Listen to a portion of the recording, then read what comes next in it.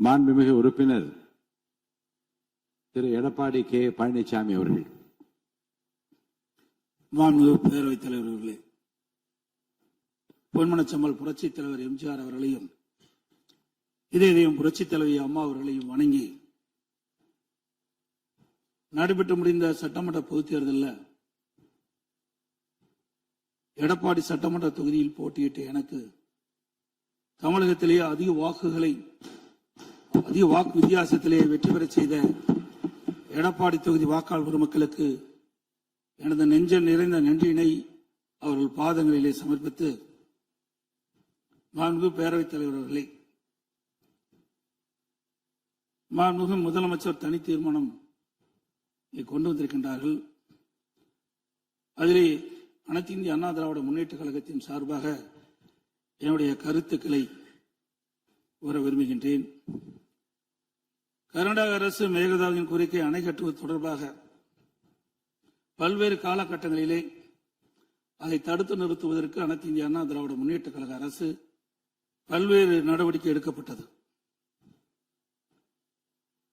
கர்நாடக அரசு மேகதாது என்னும் இடத்தில் தன்னிச்சையாக காவிரி ஆற்றின் கோரிக்கையை அணை கட்ட முயற்சித்து தடுத்து நிறுத்தம் போட்டு மாண்புமிகு அம்மா அவர்கள் தமிழகத்துடைய முதலமைச்சராக இருந்த காலகட்டத்தில் 5/12/2014 அன்று தமிழ்நாடு சட்டப்பேரவையில் தீர்மானம் கொண்டாந்து நிறைவேற்றப்பட்டு மாண்பு உறுப்பினர்கள் அந்த விவாதத்திலே கலந்து கொண்டு பல்வேறு கருத்துக்களை அப்பொழுது தெரிவித்திருக்கின்றார்கள். அப்பொழுது கொண்டு வந்த தீர்மானத்தின் அடிப்படையில் மாண்புமிகு பாரத பிரதமர் அவர்களுக்கு மாண்புமிகு அம்மா அவர்கள் அனுப்பிய கடிதத்தை அன்றைய தினம் இருந்த தமிழ்நாடு சேர்ந்த நாடாளுமன்ற உறுப்பினர்கள், புதுச்சேரியை சேர்ந்த நாடாளுமன்ற உறுப்பினர்கள் சுமார் 55 பேர் மாண்புமிகு பாரத பிரதமர் அவர்களை 28/3/2015 அன்று சந்தித்து இந்த கடிதத்தை கொடுத்து இதன் அடிப்படையில் நடவடிக்கை எடுக்க வேண்டும் என்று தெரிவித்தார்கள். அப்போது சம்பந்தப்பட்ட துறையிடம் தற்போதைய நிலை குறித்த அனைத்து விவரங்களையும் சேகரிக்க ஏற்கனவே அறிவுறுத்தியுள்ளதாகவும் இது குறித்து பரிசீலிப்பதாகவும் அன்றைய தினம் மாண்பு பாரத பிரதமர் நாடாளுமன்றத்திலே உறுதியளித்தார்கள். மேலும் மாண்பு அம்மா அவர்கள் தமிழகத்தில் முதலமைச்சர் இருந்த காலத்தில் 25/4/2015 அன்று மாண்பு பாரத பிரதமர்களை நேரிலே சந்தித்து மேகதாது திட்டத்தினை கர்நாடக அரசு செயல்படுத்தக்கூடாது என கர்நாடக அரசுக்கு அறிவுறுத்தபடி கோரிக்கை விளக்கென கடிதம் பிரதமருக்கு அளித்தார்கள். மாண்புமிகு அம்மா அவர்கள் முதலமைச்சர் இருந்த காலத்தில் மாண்புமிகு பாரத பிரதமரிடம் 7/8/2015 மற்றும் 14/6/2012 ஆகிய நாட்களில் நேரில் சந்தித்து மேகதாது திட்டத்தினை கர்நாடக அரசு செயல்படுத்த அனுமதிக்க கூடாது என்று வலியுறுத்தினார்கள். மாண்புமிகு புரட்சித் தலைவி அம்மா அவர்கள் மேகதாது அணை உட்பட காவிரி ஆற்றின் குறுக்கே கர்நாடக அரசு காவிரி நடுவர் மன்ற இறுதி ஆணையை மீறும் வகையிலும் தமிழ்நாடு அரசின் இசைவு பெறாமலும் எந்த ஒரு திட்டத்தையும் செயல்படுத்த உத்தேசிக்குமானால் தமிழ்நாட்டின் உரிமையை நிலைநாட்ட சட்டப்பூர்வமான அனைத்து நடவடிக்கைகளும் தமிழ்நாடு அரசு மேற்கொள்ளும் என 18/8/2016 அன்று இம்மாமன்றத்தில் 110 விதியின் கீழ் உறுதிபட தெரிவித்தார்கள். இதற்கிடையில் மாநில அரசுகள் தாக்கல் செய்த சிவில் வழக்குகள் விசாரணைக்கு உகந்ததா என்பது பற்றி உச்சநீதிமன்றத்தில் சம்பந்தப்பட்ட மாநிலங்கள் மத்திய அரசுடன் வாதிட்டன. 9/12/2016 அன்று உச்சநீதிமன்றம் அளித்த ஆணையில் இம்மனுக்கள் உச்சநீதிமன்றத்தின் விசாரணைக்கு உகந்தவை என தீர்ப்பளித்து அதன் பின்னர் ஜூலை 2017 முதல் செப்டம்பர் 2017 வரை இறுதிக்கட்ட வாதங்கள் உச்சநீதிமன்றத்தில் நடைபெற்றன. இதில் கர்நாடக அரசு 9 நாட்களும், கேரள அரசு 2 நாட்களும், தமிழ்நாடு அரசு 13 நாட்களும், புதுச்சேரி மற்றும் மத்திய அரசு தலா 1 நாட்களும் தங்கள் வாதங்களில் நீதிமன்றத்தில் எடுத்து வைத்தன. அனைத்து தரப்பு வாதங்களையும் கேட்டிருந்த உச்சநீதிமன்றம் 16/2/2018 அன்று தனது தீர்ப்பினை வழங்கியது. இத்தீர்ப்பின் முக்கிய அம்சங்கள் பின்வருமாறு: பன்மாநில நதிகள் தேசிய சொத்து, எந்த ஒரு மாநிலம் தனி உரிமை கோர இயலாது என்று நவம்பர் 1991 ஆண்டு உச்சநீதிமன்றத்தின் கருத்து இத்தீர்ப்பில் மீண்டும் உறுதி செய்யப்பட்டுள்ளது. 1892 மற்றும் 1924 ஆண்டிய ஒப்பந்தங்கள் செல்லத்தக்கதல்ல என்ற கர்நாடகின் வாதம் ஏற்றுக்கொள்ளப்படவில்லை. கர்நாடக அரசு தமிழ்நாட்டின் பாசன பரப்பான 24.708 லட்சம் ஏக்கர் என்பதை 21 லட்சம் ஏக்கர் என குறைக்க வேண்டும் என நடுவர் மன்றத்தின் முன் வாதிட்டது. இதனை காவிரி நடுவர் மன்றம் ஏற்றுக்கொள்ளாமல் தமிழ்நாட்டின் பாசன பரப்பு 24.708 லட்சம் ஏக்கர் என அதன் இறுதி தீர்ப்பில் குறிப்பிட்டுள்ளது. இதனை உச்சநீதிமன்றம் ஏற்றுக்கொண்டுள்ளது. உச்சநீதிமன்றம் தற்போது பிறப்பித்த ஆணைக்கு பாதகம் ஏதும் இல்லாமல் காவிரி நடுவர் மன்ற இறுதி ஆணைப்படி மாதாந்திர அடிப்படையில் 15 ஆண்டுகளுக்கு தமிழ்நாட்டிற்கு நீர் வழங்கப்பட வேண்டும் என்பது உறுதிப்படுத்தப்பட்டுள்ளது. உச்சநீதிமன்றம் அனைத்து மாநில வாதங்களை முழுமையாக கேட்டிருந்த பின்னர் கீழ்ப்படுகை மாநிலங்களின் ஒப்புதல் இல்லாமல் மேல்படுகை மாநிலங்கள் எவ்வித கட்டுமான பணிகளும் மேற்கொள்ளக்கூடாது என தெளிவான தீர்ப்பை வழங்கியுள்ளது.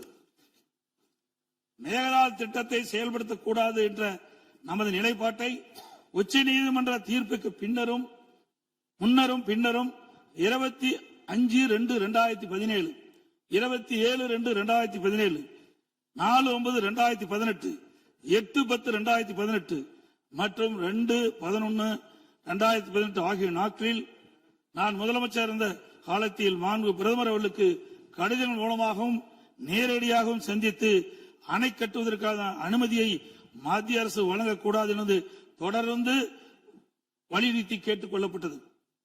மேலும் 5/7/2017 மற்றும் 23/11/2017 ஆகிய நாட்களில் மத்திய நீர்வள ஆதாரத்துறை அமைச்சரையும் நேரிலே சந்தித்தும் கடிதங்கள் வாயிலாகவும் கர்நாடக அரசுக்கு மேகதாது அணை கட்ட எவ்வித அனுமதியும் மத்திய அரசு வழங்கக்கூடாது என வலியுறுத்தப்பட்டது. ஏற்கனவே உச்சநீதிமன்றம் பெங்களூரு நகரின் குடிநீர் தேவை உட்பட பிற பயன்பாட்டுக்காக 14.75 டிஎம்சி அடி நீரை கர்நாடக அரசுக்கு கூடுதலாக அளித்து உத்தரவிட்டுள்ளது.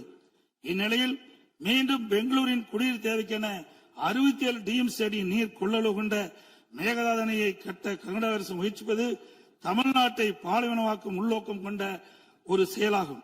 எனவே இவ்வணை கட்டப்பட்டால் தமிழ்நாடு மக்களின் வாழ்வாதாரமும் உரிமையும் கடுமையாக பாதிக்கப்படும்.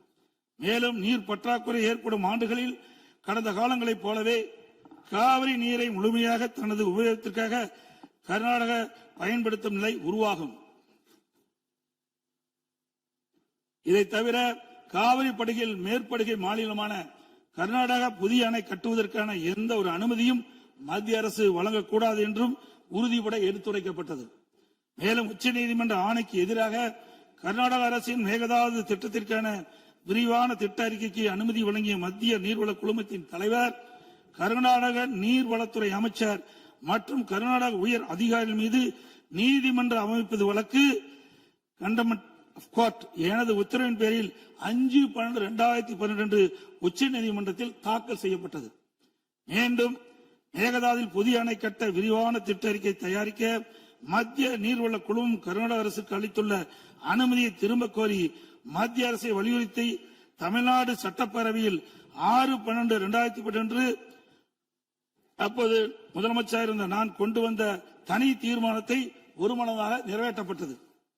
அனைத்து இந்திய அண்ணா திராவிட முன்னேற்ற கழகத்தை பொறுத்தவரைக்கும் 1986 ஆண்டு மாண்புமிகு புரட்சித் தலைவர் எம்ஜிஆர் அவர்களால் துவக்கப்பட்ட சட்ட போராட்டத்தை தொடர்ந்து காவிரி நடுவர் மன்றம் அமைத்து அதை மத்திய அரசியலை வெளியிடச் செய்து நடுவர் மன்றத்தின் இறுதி ஆணையின்படி காவிரி மேலாண்மை வாரியம் மற்றும் காவிரி நீர் முறைப்படுத்தும் குழு ஆகியவற்றை அமைக்க உச்சநீதிமன்றத்தை நாடியது.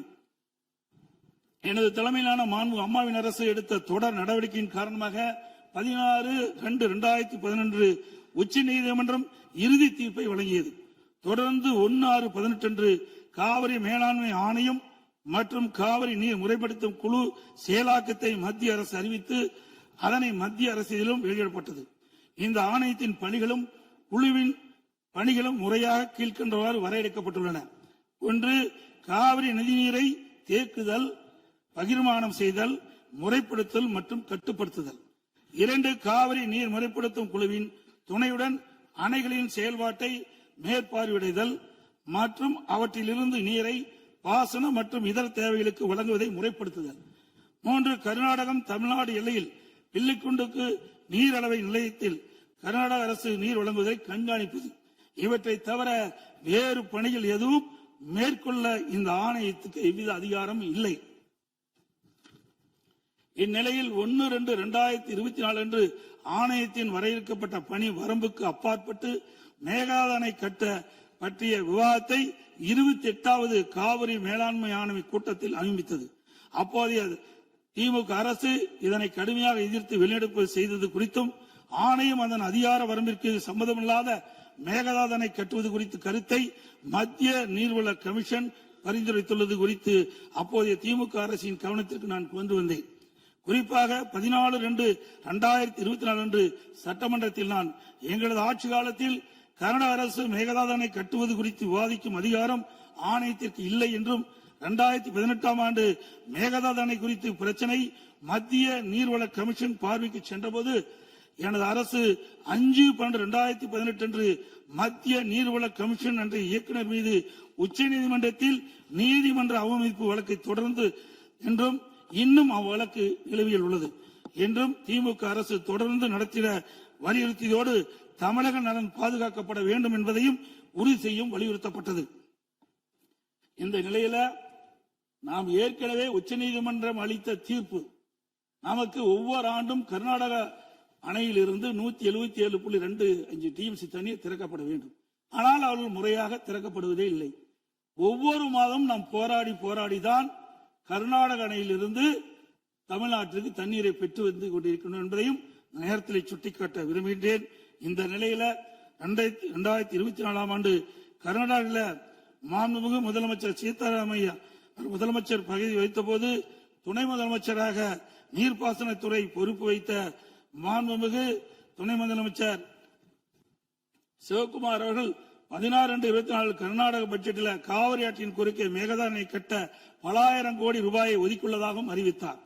அனைத்து இந்திய அண்ணா திமுக சார்பில் இதை அப்பொழுதே கடுமையாக எதிர்ப்பதுடன் அப்போதைய திமுக அரசு உடனடியாக சட்ட நடவடிக்கை எடுக்க வேண்டும் என்றும் வலியுறுத்தப்பட்டது. இந்நிலையில் கர்நாடக அரசு மேகதாது அணை கட்ட தயாரித்து அனுப்பிய திட்ட அறிக்கையில் உள்ள குளறுபடிகளை சுட்டிக்காட்டி மத்திய அரசு திருப்பி அனுப்பிய நிலையில் மத்திய அரசு குறிப்பிட்டுள்ள குறைகளை நிவர்த்தி செய்து 12/6/2026 அன்று கர்நாடக முதலமைச்சர் அவர்கள் சுற்றுச்சூழல் அனுமதியை பெற மாண்புமிகு பாரத பிரதமரிடம் மீண்டும் நேரில் ஒரு அறிக்கையை வழங்கியுள்ளதாக செய்தியில் வெளியாகியுள்ளன. இரு மாநிலங்களுக்கிடையே உள்ள நல்லுறவை சீர்குலைக்கும் விதமாக தற்போதைய கர்நாடக அரசு மேகதாதுவில் காவிரியின் குறுக்கே அணை கட்ட முழு மூச்சில் முயற்சிப்பது கண்டிக்கத்தக்கது. நீண்ட நெடுங்கால சட்ட போராட்டத்திற்கு பின்னர் நிலைநிறுத்தப்பட்ட தமிழ்நாட்டு மக்களின் அடிப்படை உரிமைகளையும் டெல்டா விவசாயிகளின் வாழ்வாதாரத்தையும் 20 மாவட்டத்துக்கு மேலாக குடிநீர் ஆதாரமாக விளங்கும் காவிரி ஆற்றில் நமக்குள்ள உரிமையை பேணி காக்க வேண்டியது நாம் எல்லோரின் கடமையாகும். கர்நாடக அரசு காவிரி நடுவர்மன்றம் 5/2/2007 அன்று அளித்த இறுதி தீர்ப்பை மதிக்காமலும் 16/2/2018 அன்று உச்சநீதிமன்றம் அளித்த இறுதி தீர்ப்பை மதிக்காமலும் தன்னிச்சையாக மேகதாதுவில் அணை கட்ட நிதி ஒதுக்கீடு செய்ததும் திருத்திய தொழில்நுட்ப திட்ட அறிக்கை மீண்டும் இம்மாதம் மத்திய அரசிடம் சமர்ப்பது கண்டிக்கத்தக்கது அனைத்து இந்திய என்பதை இந்த நேரத்தில் தெரிவித்து அனைத்து இந்திய அண்ணா திராவிட முன்னேற்ற கழகத்தின் சார்பாக மாண்புமிகு முதலமைச்சர் அவர்கள் கொண்டு வந்த அரசின் தனி தீர்மானத்தை ஒருமனாக ஆதரிக்கிறார்.